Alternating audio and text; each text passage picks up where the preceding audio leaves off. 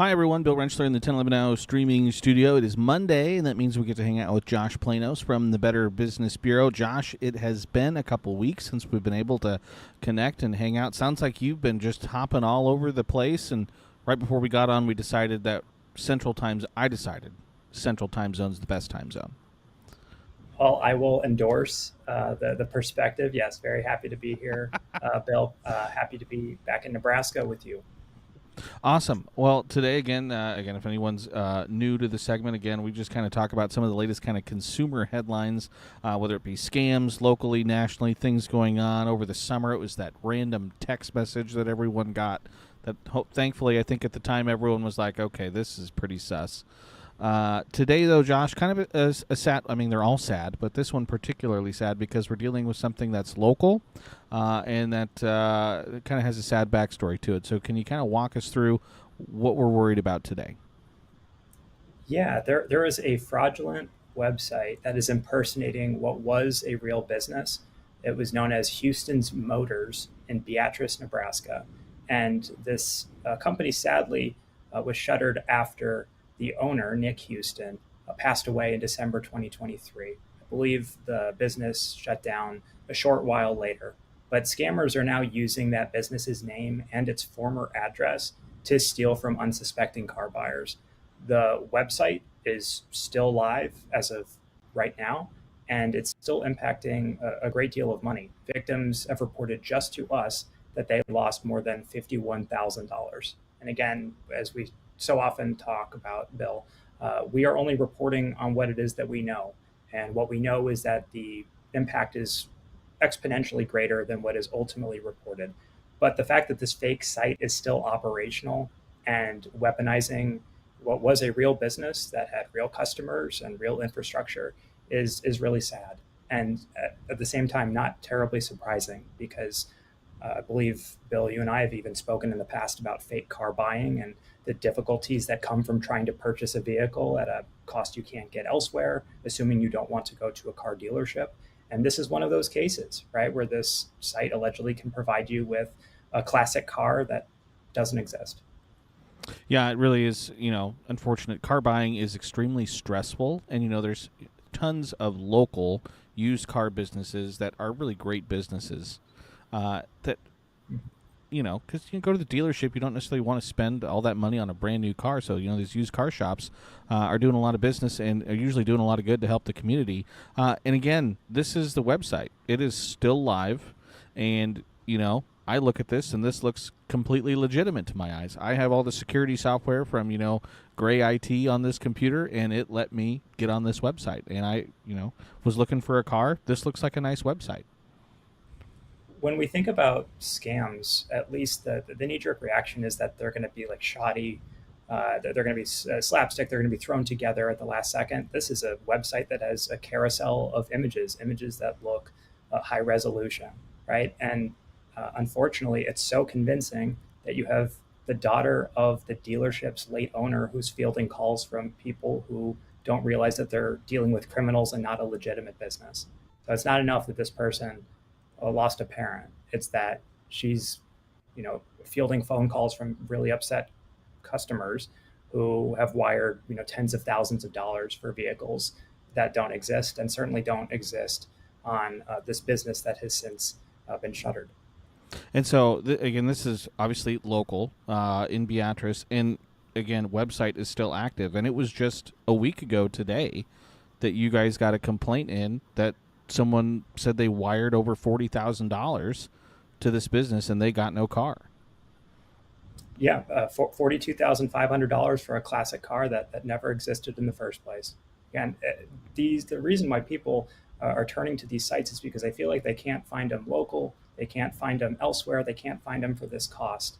And unfortunately, it's not enough to feel like a quick additional Google search will get me to the bottom of whether or not this company has a digital footprint. In this case, the company did, right? This company has it's not an active Facebook page. It's a page that I believe most recently posted, at least 7 years ago, but it had a page, right? And for a lot of folks, that is the smell test.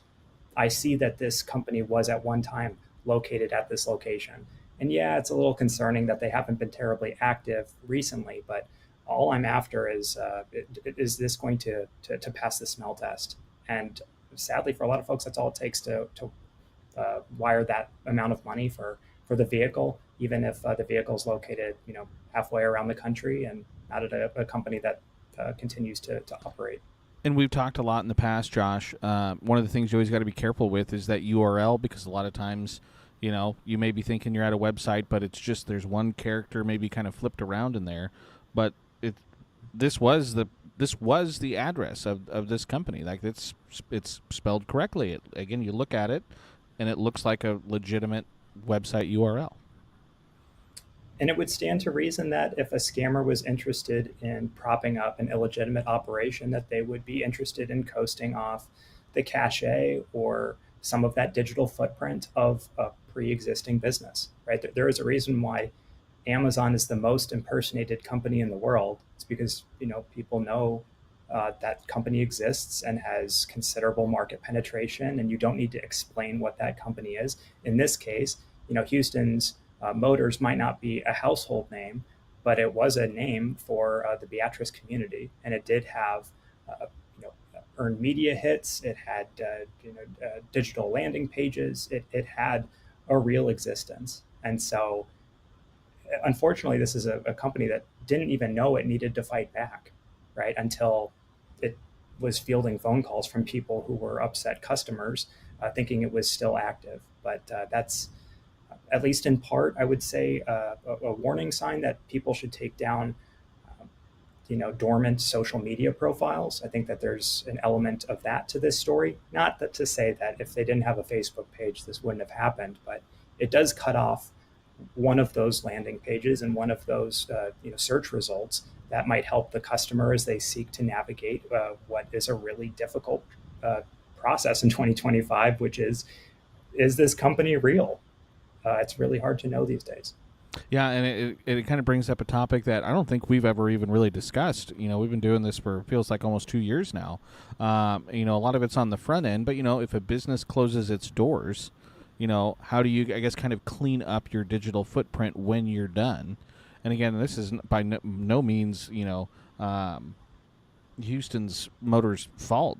This is bad people doing bad things, but you're doing something that I don't think a lot of people would even really think of doing, and deactivating a URL or however that would work. Yeah, and certainly it's going to be a little bit easier for some organizations than others, right? You don't need to navigate or communicate with every single website provider that has ever posted anything about you.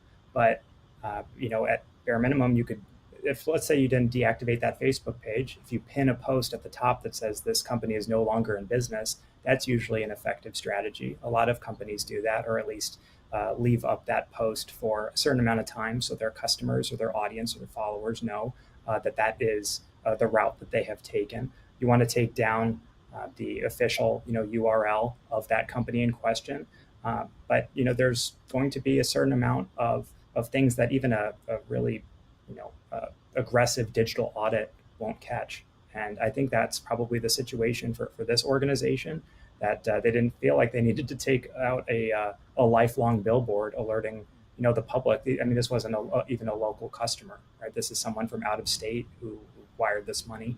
So unfortunately, there's just a lot of information that remains on the internet long after it's useful, and even in the case that company goes out of business. But a digital audit, we talk about that regularly. It's Cybersecurity Awareness Month, the month of October. Now is as good a time as any to get your arms around how your organization presents publicly, and maybe try to do what you can to take down those posts that really don't reflect your current address, your current location, your current information to customers, because it's never been easier to buy from somebody who's a couple of time zones away than it is right now.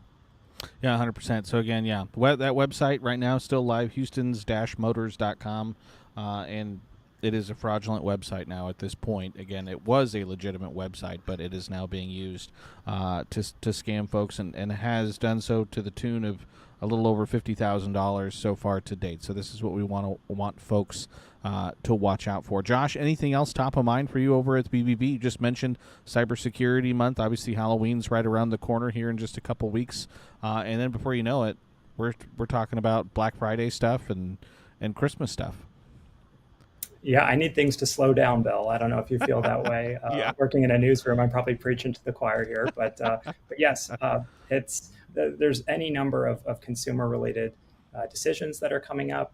Certainly, it's budget season for business owners, so we're fielding a lot of interest on that topic in particular.